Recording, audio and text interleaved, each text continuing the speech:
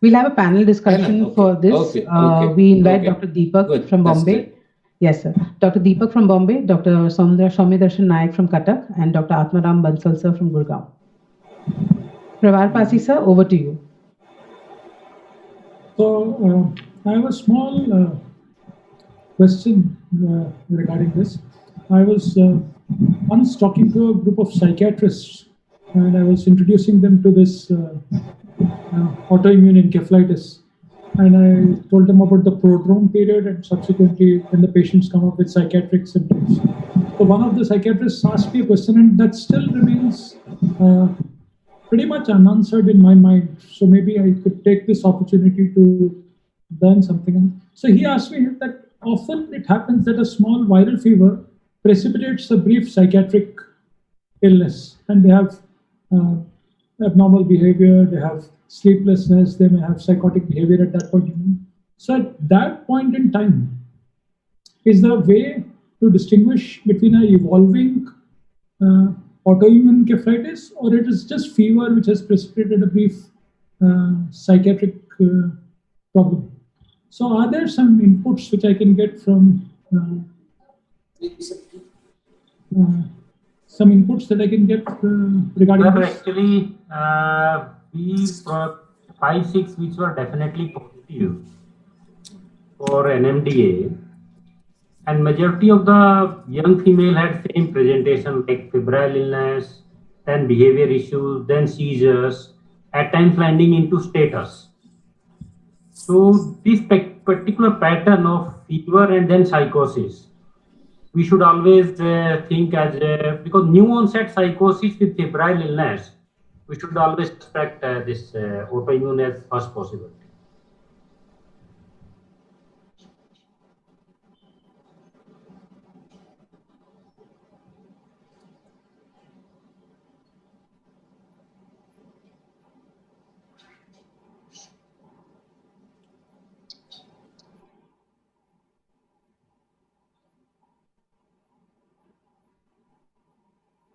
Dr. Deepak, you'll have to unmute yourself.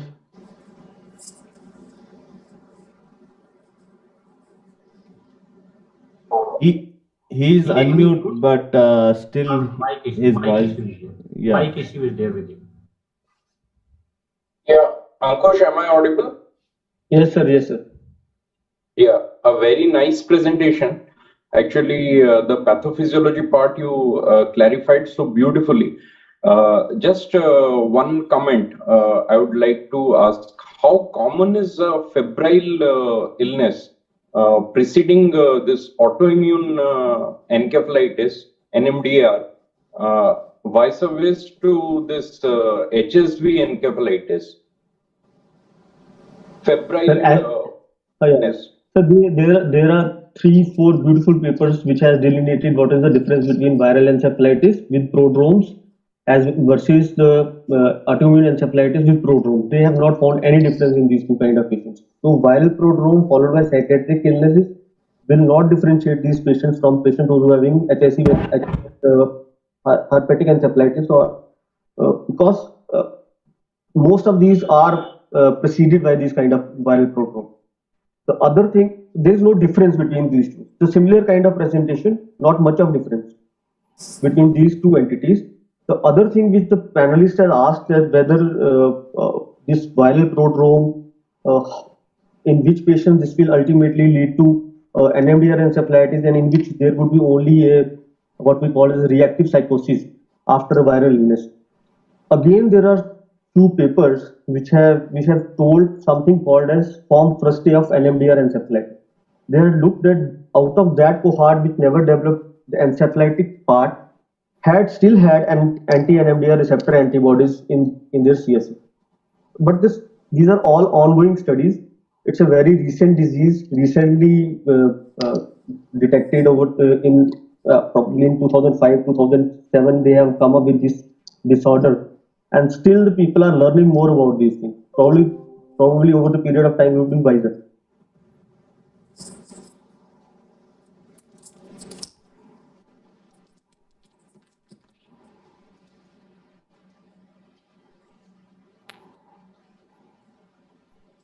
Are there any more? Any other comments or inputs that somebody else would like to? Pravar, I just wonder whether the differentiation between acute to subacute is helpful, still helpful. They said autoimmune encephalitis is subacute, one is subacute, and another one is acute viral encephalitis. Whether this differentiation is helpful? इसमें नहीं आ रहा है.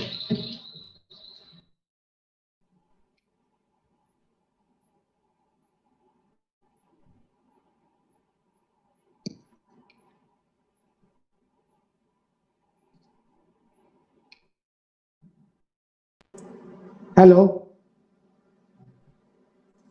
And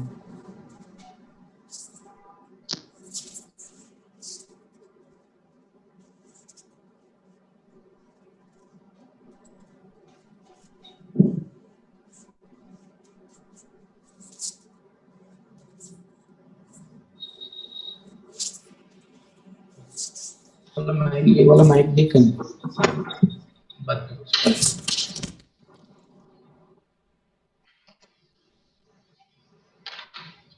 Hello, Pravar.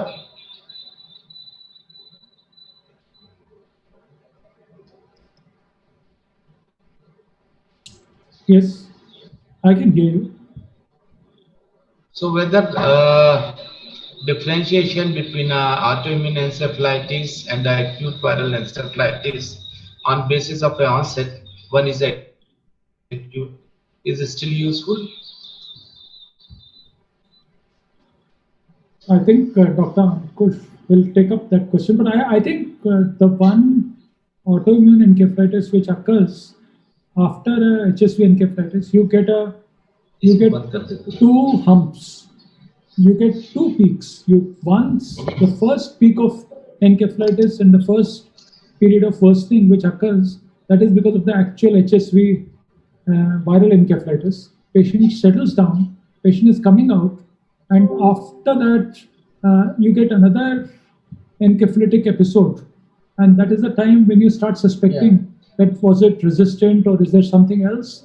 But now we understand it very clearly that the second wave, if I can use that word, the second wave which comes, that is probably the immune-mediated pathology, immune-mediated damage to the brain which is going on.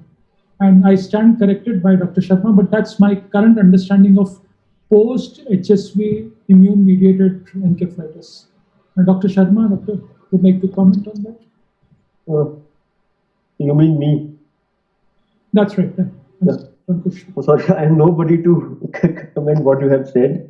So basically, I have gone through the papers which have recently come. I was mentioning those also.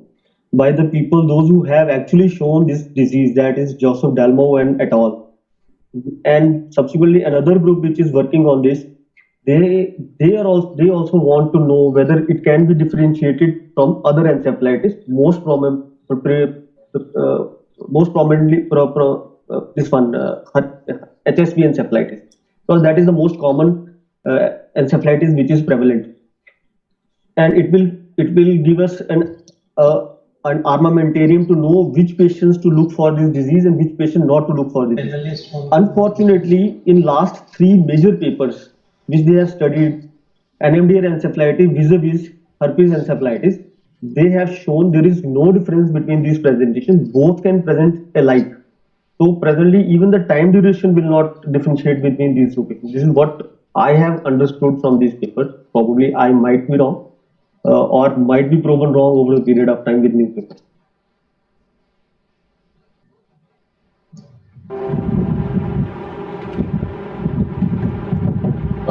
Ankush, basically it becomes a management issue if we are unable to distinguish whether the first episode or let's say the first wave which sir rightly pointed out, we have a febrile illness with some psychiatric manifestations and seizures to top it all.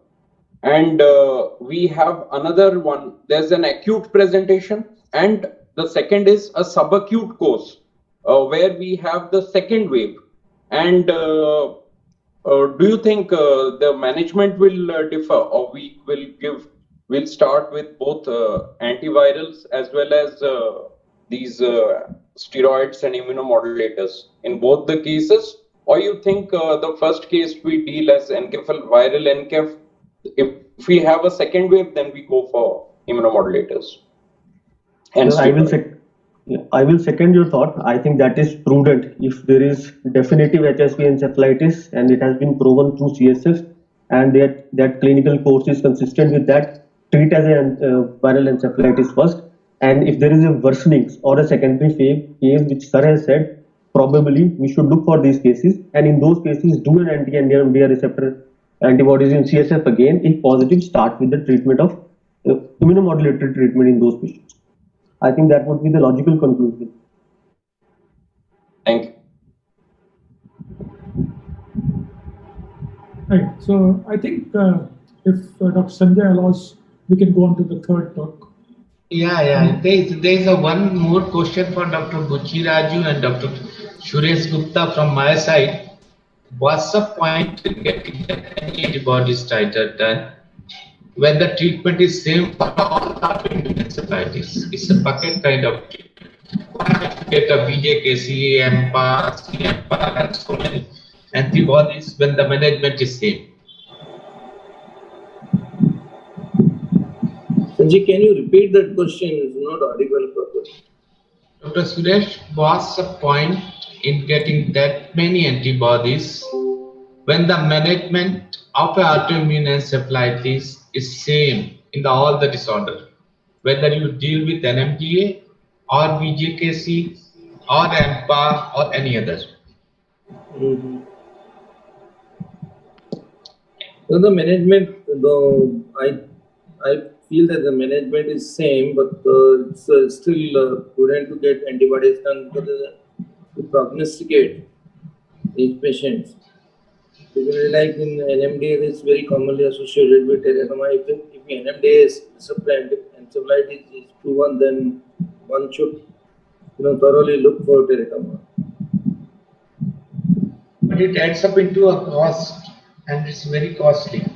Yeah, I know, it's very costly. It costs almost somewhere around 20,000 rupees. And they do only 4 or 5 antibodies. Oh. I don't feel that they should be done or not.